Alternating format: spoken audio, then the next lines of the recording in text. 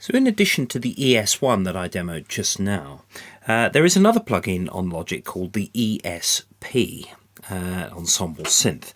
This is available on all versions from Logic 7 through to Pro X. And it's very powerful, more so than the ES1, because you can actually mix several different sounds together. At the moment, I've got a triangle wave and a square wave and another wave, a sawtooth wave. So I can do things like this.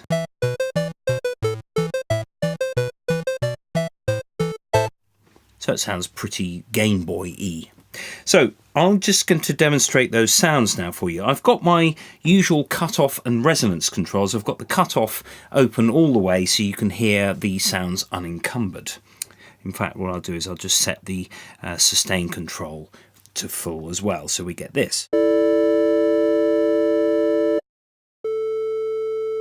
Fairly unremarkable sound. The triangle wave is second only to the sine wave in its sort of basicness. And I've got a volume control for that. Next up is the sawtooth. Now, a sawtooth wave has a very sharp cutoff, which is why you're hearing lots of treble sort of content. And I can vary that. The cutoff frequency now has an effect because there was more to start off with. Don't forget, this is also a subtractive synthesis program. That one is a square wave, which is even more sort of aggressive.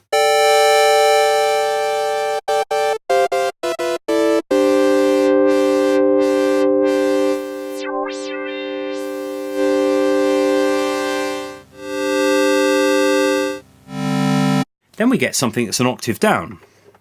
So here's the triangle. And I can add a square wave that's an octave below that. One that's 2 octaves below. So there's huge possibilities here. This is a little bit like the Hammond organ where you're adding octaves together to make your sound. The Hammond, of course, has other things as well.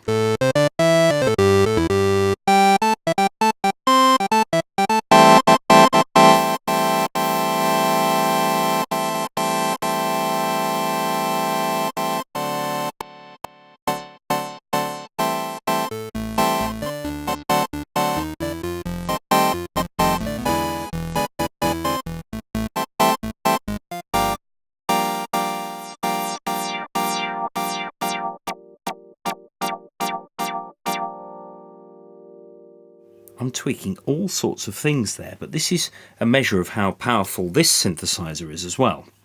I was trying to control these in real time with my resonance control. And the resonance is also connected to my amplifier envelope, so I get this.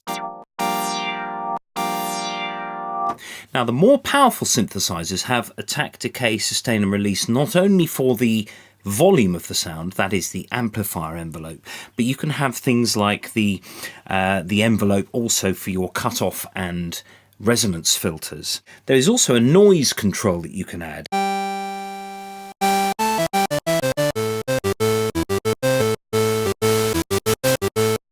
I think it's pink noise that is, so if I just take everything away.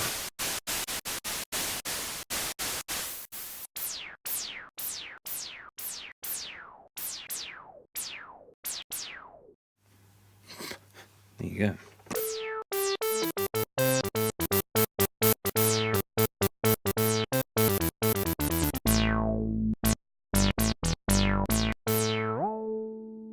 Now the pitch control here is set to 1 octave rather than a tone, but you can change that via software if you want to.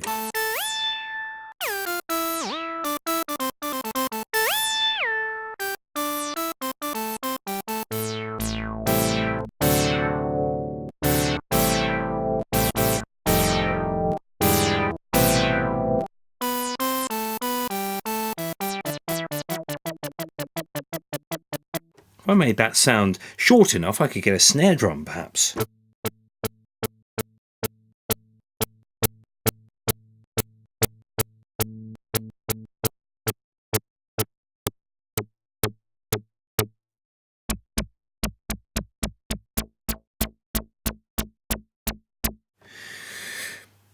World's your oyster.